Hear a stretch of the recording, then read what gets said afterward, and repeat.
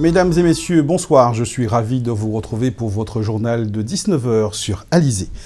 Après une semaine de congé, il va falloir reprendre les bonnes habitudes et donc pour certains, le chemin du travail. Cette dernière journée de vacances était synonyme de repos pour beaucoup de Guadeloupéens.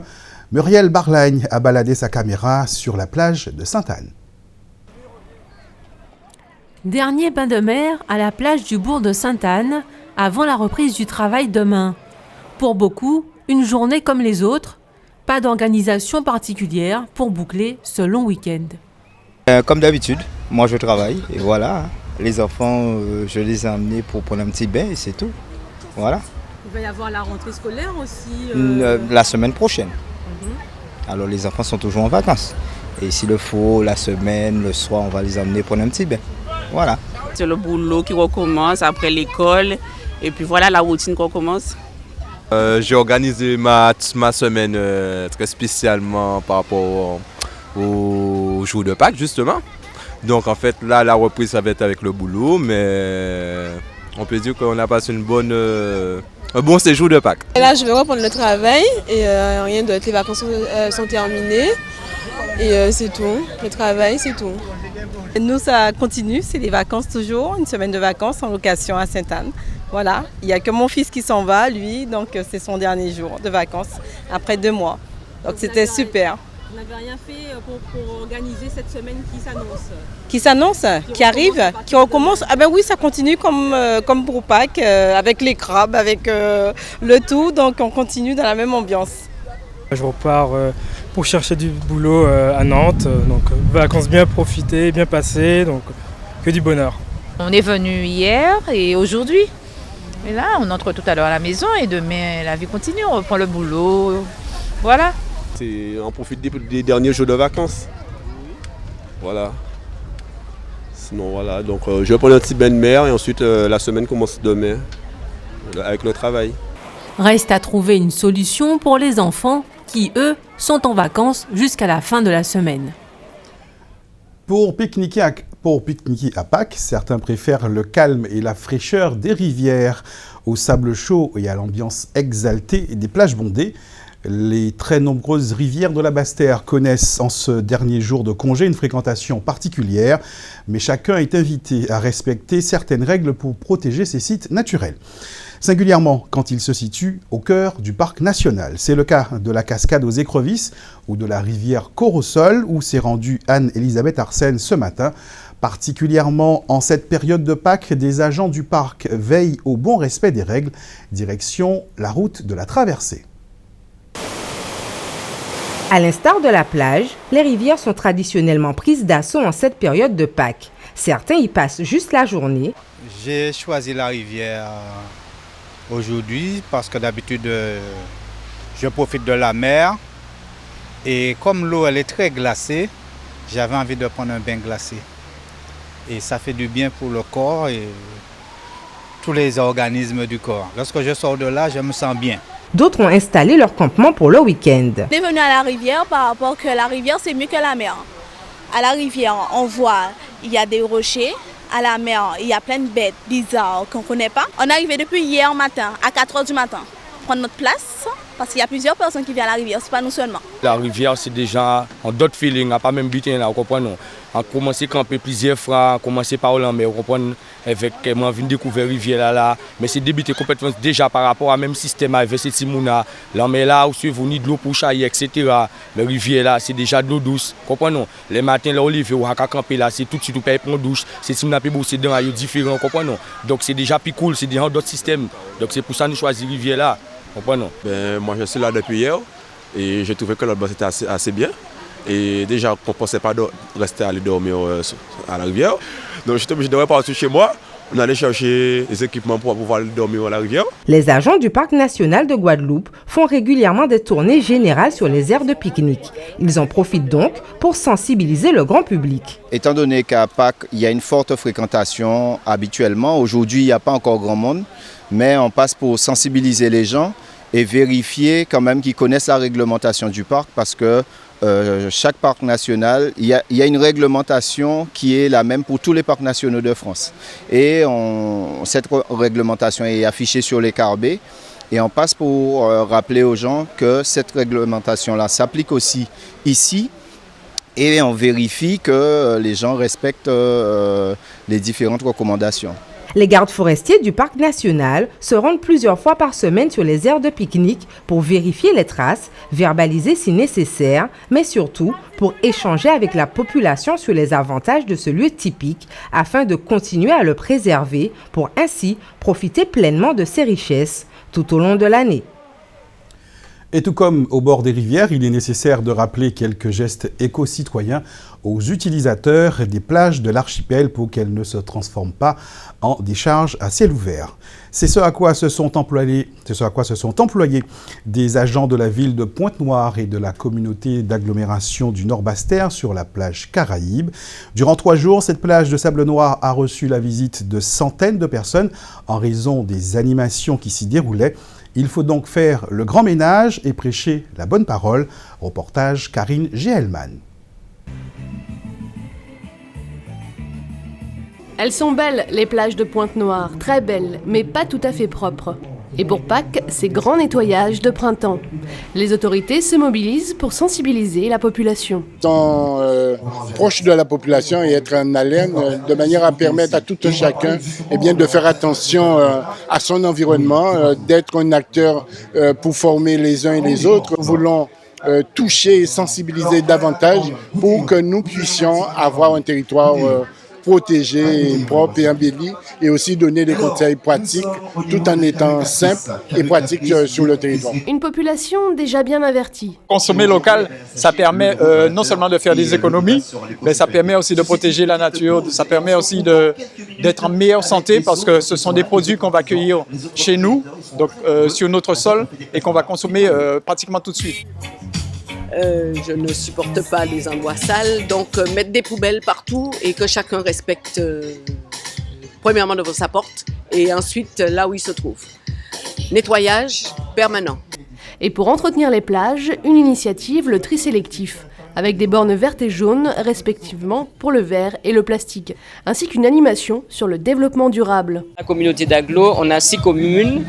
Vous avez Lamentin, Déhais, Sainte-Rose, pour le moment, qui ont la poubelle jaune que les administrés ont chez eux. Et qu'en Guadeloupe, c'est pas toujours évident, mais ça commence petit à petit, le travail fait son fruit. Des gestes simples, des gestes d'autrefois, qu'il est temps de réhabiliter. Ce sont des petits gestes, des petits comportements, dire à l'autre qui a jeté, écoute, ramasse, si tu n'as pas de poubelle, garde, quand tu en trouveras. Mais les anciens avaient déjà des solutions. Le modernisme arrive, essaye de tout écraser, mais des fois on voit que c'est les choses d'avant qui fonctionnaient, des choses simples, mais qui fonctionnaient. Il faut laisser les plages saines et propres comme c'était. Parce que ça dégrade la Guadeloupe. Ouais. Mais si tous semblent conscients du respect qu'il faut porter au littoral guadeloupéen, les déchets continuent de s'entasser sur certaines plages. Qui en est responsable? Marion Bordier et Zach L'Ancien sont allés vous poser la question. Généralement, c'est les gens qui polluent avec les plastiques, etc. On a qu'à voir après les fêtes. Il y aura beaucoup de plastique sur toutes les plages. Et là, les gens, ils tiennent un peu propre pendant les fêtes, pendant qu'ils sont là, mais après, ils partent, ils laissent tous les déchets. J'étais à Bois-Jolant il y a 2 semaines et j'ai vu comment c'est sale. Il y avait un panneau qui était marqué « Interdiction de déposer ses ordures ». Il y avait un truc pour mettre. Et quand même, il y en avait des ordures partout. C'est les gens, c'est l'entour qui fout la pollution. Les gens, ils ont un emballage dans les mains, au lieu de le mettre dans une poubelle, ils le foutent par terre. C'est une habitude qu'ils ont pris, on ne peut pas changer ça. Le Brésil a interdit le campement parce qu'ils avaient peur justement qu'il y ait beaucoup de pollution. Est-ce que vous êtes pour cette décision? Si ils ont interdit ce truc-là, c'est qu'il y a du laisser-aller qu'il y avait sur la plage justement. C'est à eux à faire quelque chose pour que ça n'existe pas. S'ils ne respectent pas les règles, nous sommes obligés de ne pas accepter qu'ils campent sur la plage. Car même si on aurait autorisé qu'ils campent sur la plage de Gosier, c'est sûr et certain qu'à la fin de Pâques, on aurait trouvé différents déchets et tout. Et encore pour polluer la planète, c'était obligé de refuser. Il faudrait que chaque commune qui a une plage très fréquentée pendant la période de Pâques, qui font le ramassage des poubelles pour que les bacs sont vides, quoi. Mais aussi, il faudrait que chaque Guadeloupéen aussi prenne une responsabilité aussi, que les ordures, de les mettre dans un sac plastique. Mais le problème, c'est qu'il n'y a pas de ces bacs sur les plages. Il faudrait qu'ils mettent des agents quand même, des gens pour pouvoir surveiller ça. Parce qu'il y a des gens qui... J'ai remarqué aussi, il y a des bacs qui sont remplis. C'est ça, le gros problème, c'est les bacs. Il faut les vider. À moins de 3 semaines de la fin de la haute saison touristique en Guadeloupe, Anne-Elisabeth Arsène s'est intéressée au profil des touristes qui visitent l'archipel durant cette période. La majorité des touristes actuels sont des couples. Ces touristes profitent donc de leur séjour pour découvrir notre région, mais pas que. C'est ce qu'on recherche, la tranquillité, puis bon, et puis c'est très, très propre en plus. Et il y a plein d'activités, les garçons là, avec leur voile, c'est très agréable. On a fait un tour dans les mangroves et c'est le parc national, on a pris des bateaux et ils nous ont tous expliqué comment les arbres poussent, pourquoi ils poussent là, les animaux qui y vivent, etc. etc. Et on est venu il y a 3 ans, c'était super, on a rencontré des gens très sympathiques, on a passé un mois très agréable. Et puis cette année, on a eu l'opportunité de recommencer et donc c'est un grand plaisir que d'être revenu. Parce qu'on vient des Côtes d'Armor et que chez nous il fait moins beau qu'ici, on vient pour le soleil et aussi pour le pays, pour les habitants. Découvrir ou redécouvrir notre Guadeloupe en cette haute saison touristique pour échapper au froid ou tout simplement s'évader. Les voyages forment la jeunesse, à 2, c'est encore mieux. Pour rappel, le New York Times place la Guadeloupe parmi les 52 destinations à visiter en 2016. Et la Guadeloupe devrait connaître l'affluence des touristes jusqu'au 15 avril, fin de la période de haute saison chez nous. Un ou plusieurs individus auraient mis le feu hier soir au collège Appel 18 juin du Lamentin. L'incendie à l'évidence d'origine criminelle, selon les premières constatations, a ravagé les locaux de la vie scolaire de l'établissement. C'est dans ce bureau que sont stockés les dossiers administratifs concernant le collège et donc la vie des collégiens. Ce matin, Josette Borel, l'incertain, s'est rendue sur place pour constater l'ampleur des dégâts et décider des mesures à prendre. Accompagnée du recteur d'académie Camille Galap, la présidente du conseil départemental s'est engagée à ce que tout soit fait pour que l'établissement scolaire puisse recevoir les élèves d'ici lundi prochain. Une enquête a bien évidemment été ouverte pour faire la lumière sur les circonstances de cet incendie, mais également retrouver les coupables. C'est ce que l'on appelle une belle saisie. Hier soir, les douaniers de l'aéroport Félix Éboué en Guyane ont intercepté 51 kilos de cocaïne durant l'enregistrement d'un vol Air France à destination de Paris-Orly. La drogue était répartie équitablement dans 3 bagages. 3 personnes, toutes originaires de Marseille, ont été interpellées. Passons maintenant à notre tour d'horizon de l'actualité dans la Grande Caraïbe. Nous irons au Venezuela, où un activiste haïtien a été assassiné à son domicile. Mais direction d'abord Saint-Martin, où le député Daniel Gibbs souhaite la construction d'une prison pour les détenus de la Com. C'est la Minute Caraïbe. Le député de Saint-Martin et Saint-Barthélemy s'est entretenu avec le garde des Sceaux pour faire un état des lieux de la justice et proposer des solutions concrètes destinées à faire avancer les 2 îles. Parmi celles-ci, la construction d'une prison à Saint-Martin. Pour Daniel Gibbs, la centaine de détenus de Saint-Martin incarcérés en Guadeloupe justifie pleinement l'ouverture d'un établissement pénitentiaire. Le parlementaire propose, dans l'attente de la construction, de garder les accusés sous écrou dans les locaux de la gendarmerie en attendant d'être jugés pour une durée de 3 jours pour faciliter les comparutions immédiates. Ces différentes mesures seraient une aide aux victimes et un relais efficace pour les associations locales qui œuvrent au quotidien pour la défense de la justice.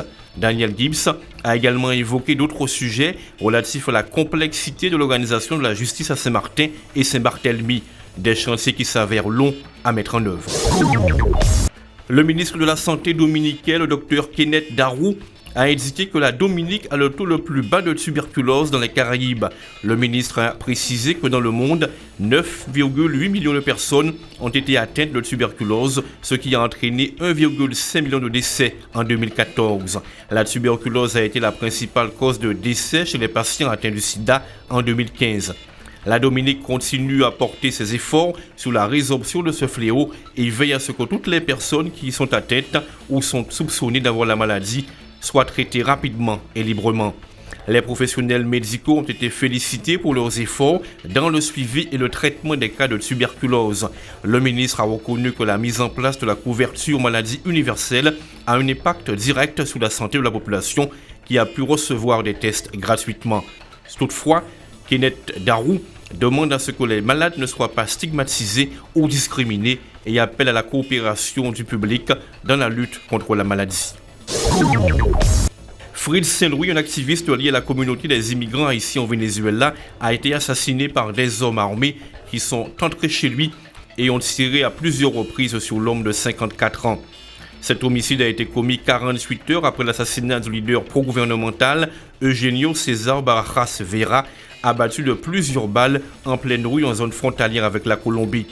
Très rapidement, les réseaux sociaux se sont enflammés, accusant la Colombie d'être le commanditaire de ces deux meurtres. Mais le ministère des Affaires étrangères de Colombie a rejeté dans un communiqué les déclarations faites à la suite de ces deux assassinats et a demandé à présenter des preuves des allégations faites sur les réseaux sociaux contre la Colombie. Le Venezuela est l'un des pays les plus violents au monde, avec un taux de 90 homicides pour 100 000 habitants, selon les calculs des ONG établis dans le pays. Comme chaque année, la promotion de Pâques de la Légion d'honneur a été publiée au journal officiel. Pour le cru 2016, ils sont tous 535 à figurer au rang de commandeur, grand officier, officier et chevalier, parmi eux un Guadeloupéen, proposé par le ministère des Outre-mer. Le docteur Pierre Sainte-Luce est fait chevalier de la Légion d'honneur. Il est le fondateur et PDG du centre Manioucani à Gourbert, une clinique spécialisée notamment dans les pathologies vasculaires. La chasse aux œufs de Pâques a de plus en plus d'adeptes en Guadeloupe. Cette tradition importée d'Europe fait la joie des plus petits. Ce matin, le parc floral du domaine de Vallombreuse leur servait de terrain de chasse. Muriel Barlagne les a suivis. Ils sont partout. Des centaines d'œufs en plastique ont été déposés dans le parc floral du domaine de Vallombreuse à Petit-Bourg. Pour la plupart, ils sont faciles à repérer et à récupérer. Juste ce qu'il faut pour un public de tout petits. Chacun doit trouver au moins 5 œufs pour avoir droit à un cadeau. À 5 ans et demi, Chloé sait déjà compter le nombre d'œufs qu'il y a dans son panier. 12. Tu as trouvé 12 œufs? Oui. Tu aimes ça, la chasse aux œufs? Oui. C'est génial. On peut avoir des cadeaux. C'était facile ou pas? C'était facile. Ça te plaît? Oui. C'est très intéressant pour les enfants, puisqu'au moins ils n'auront pas à fouiller un peu partout, c'est facile, ils récupèrent et c'est ludique. Apparemment, il y a eu des plaintes. On a dit que c'était trop facile à trouver les œufs, hein Jennifer? Oui. C'est ça? Oui, parce que nous, on a déjà tout trouvé. Bah dis donc, vous avez fait vite, hein, c'est super. Vous vous dépêchez. T'as déjà tout trouvé, toi? Oui. Mais est-ce qu'ils étaient bien cachés, les œufs? Oui. On a pris le bon chemin. T'as trouvé le chemin? Oui. Et t'as tout ramassé? Oui, t'es jeune. Cette chasse est aussi l'occasion de découvrir les jardins créés en 1990. 6 hectares et demi de plantes tropicales et autres merveilles de la nature. C'est une belle occasion, oui, de découvrir le jardin qui est magnifique, découvrir toutes les variétés de plantes, de fleurs, que même si on vit en Guadeloupe, on ne voit pas tous les jours et qu'on oublie. Ça permet aux enfants de sortir, de visiter. Et puis la chasse aux œufs en plastique, c'est magnifique parce qu'au moins on visite le site, il y a des bonhommes, je vois, des hommes comme des femmes en feuilles. On voit également de jolies fleurs partout et des plantes. Le site est très agréable à visiter en fin de compte. Et puis c'est bien entretenu surtout, donc c'est quelque chose de magnifique. Cela fait maintenant 7 ans que l'équipe du site propose cette chasse aux œufs de Pâques. L'année dernière, elle a attiré 300 enfants. Et c'est une façon d'inviter, d'inciter les parents à venir chez nous à Vallombreuse pour que les enfants puissent en profiter du jardin, profiter pour faire la chasse aux œufs, pour venir chercher des œufs afin d'avoir des cadeaux. Voilà. Et c'est un concept qui a marché et jusqu'à maintenant, tous les lundis de Pâques, nous continuons cela. Une fois leur panier rempli, les chasseurs peuvent venir récupérer leur dû, un sac plein de gourmandises pour finir la promenade en beauté. Autre tradition, celle du crabe, et au royaume des crabielets, une femme s'est faite sa place depuis plusieurs années. Elle a hérité de son père l'art d'attacher les crabes. Une technique d'attachage séculaire que cette maîtresse crabielet était invitée à transmettre au cours de la fête du crabe. Jeunes et moins jeunes se sont massés pour profiter de l'enseignement de cette fière mornalienne. Reportage Muriel Barlagne. Elle s'appelle Didier Pécatus. Elle vient de Perrin, à Morne-à-l'Eau. Depuis 2002, c'est elle qui remporte le concours d'attacheur de crabes. Attacher les crabes, c'est tout un art qu'elle tient de son père. Elle avait 10 ans lorsqu'elle a appris avec lui. Aujourd'hui, c'est elle qui transmet la technique aux grands comme aux petits à l'occasion de la fête du crabe. D'un côté, le crustacé, de l'autre, la corde de palmiste. Il ne reste plus qu'à suivre le guide. Ça dépend. Si la personne est gaucher, il tient la main droite. Le crabe à la main droite, il attache avec la main gauche. Et si la personne est gaucher et droitière, sur la main gauche, on attache avec la main droite. Alors, la technique, c'est prendre le bout de la corde, passer derrière les pinces, derrière la pince, on remonte sur la pince pour refermer, derrière les pattes, on fait une clé. Là, il y a une clé entre la pince derrière les pattes et l'autre, les deux bouts. Arrivé, on prend les deux bouts, on fait rejoindre sur les autres pattes. Là. Et après encore, on fait une clé sur l'autre patte, l'autre pince, on fait passer derrière le dos, on remonte sur les pattes et voilà, le crabe est attaché. Les visiteurs se bousculent devant l'atelier de Didier. Ah bah, c'est intéressant, c'est des choses qu'on ne voit pas couramment pour nous, donc c'est très sympa. J'ai peur, je me fais mordre par le crabe. Je préfère ne pas essayer. Les enfants sont eux impatients d'essayer la technique. Les pinces du crabe ne leur font pas peur et la méthode serait très facile. Il faut faire passer d'abord derrière la première pince et après en dessous derrière la première patte et en dessous la pince. Après tu fais passer au-dessus et tu rejoins et tu fais tourner et ainsi de suite. Après quelques minutes de démonstration, la leçon est intégrée. Les apprenants sont maintenant capables de recommencer en toute autonomie.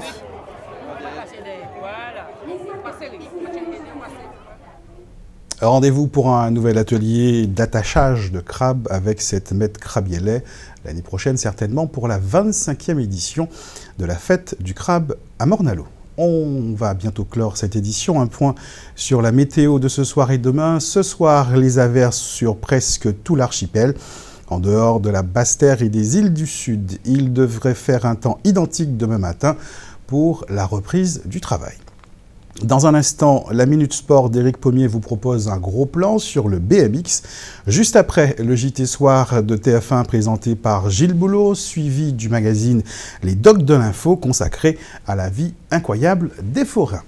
Bonne soirée à tous, on se retrouve demain 12h30 pour un autre point sur l'actualité régionale.